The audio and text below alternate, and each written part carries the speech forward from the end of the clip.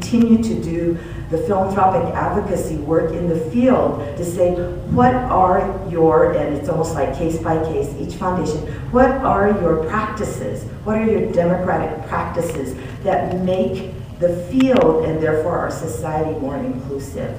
And so it really moves us away from just what is a mission statement or what are we thinking about, what are we doing, what are you doing, what are you thinking about, but really looking much more concretely about what are the practices. In our giving circles, we think are the practices of democratic philanthropy. We decide how much we're going to give, we decide where it's going to go, and we do it and have a good time and have fun. So all of this is to say, from the national staff, thank you to all of you for what you're doing every day, and it makes so much of a difference in terms of helping to build, continue to build, and stay relevant AAPIP. And so we're privileged to be staff people of this organization. We recognize that privilege every minute and don't take it for granted.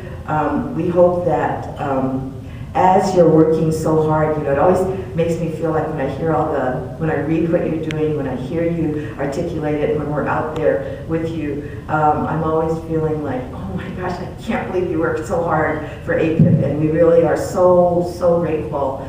And then just knowing that, we are in this moment, societally, economically, that there's a lot more that we need to do.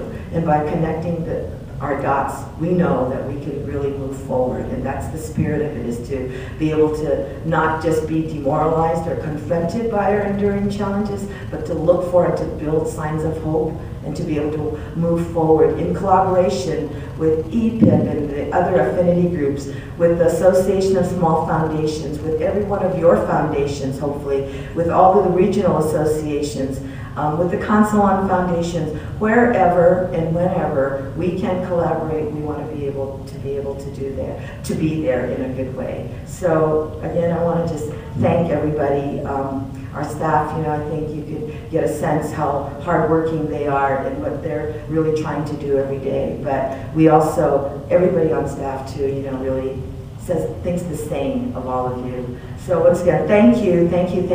We're hoping that a lot of you can join us in Washington, D.C., and we'll be working hard with the D.C. chapter post this meeting, and that we have much more to talk about and plan for October 20th. So thank you. Thanks a lot.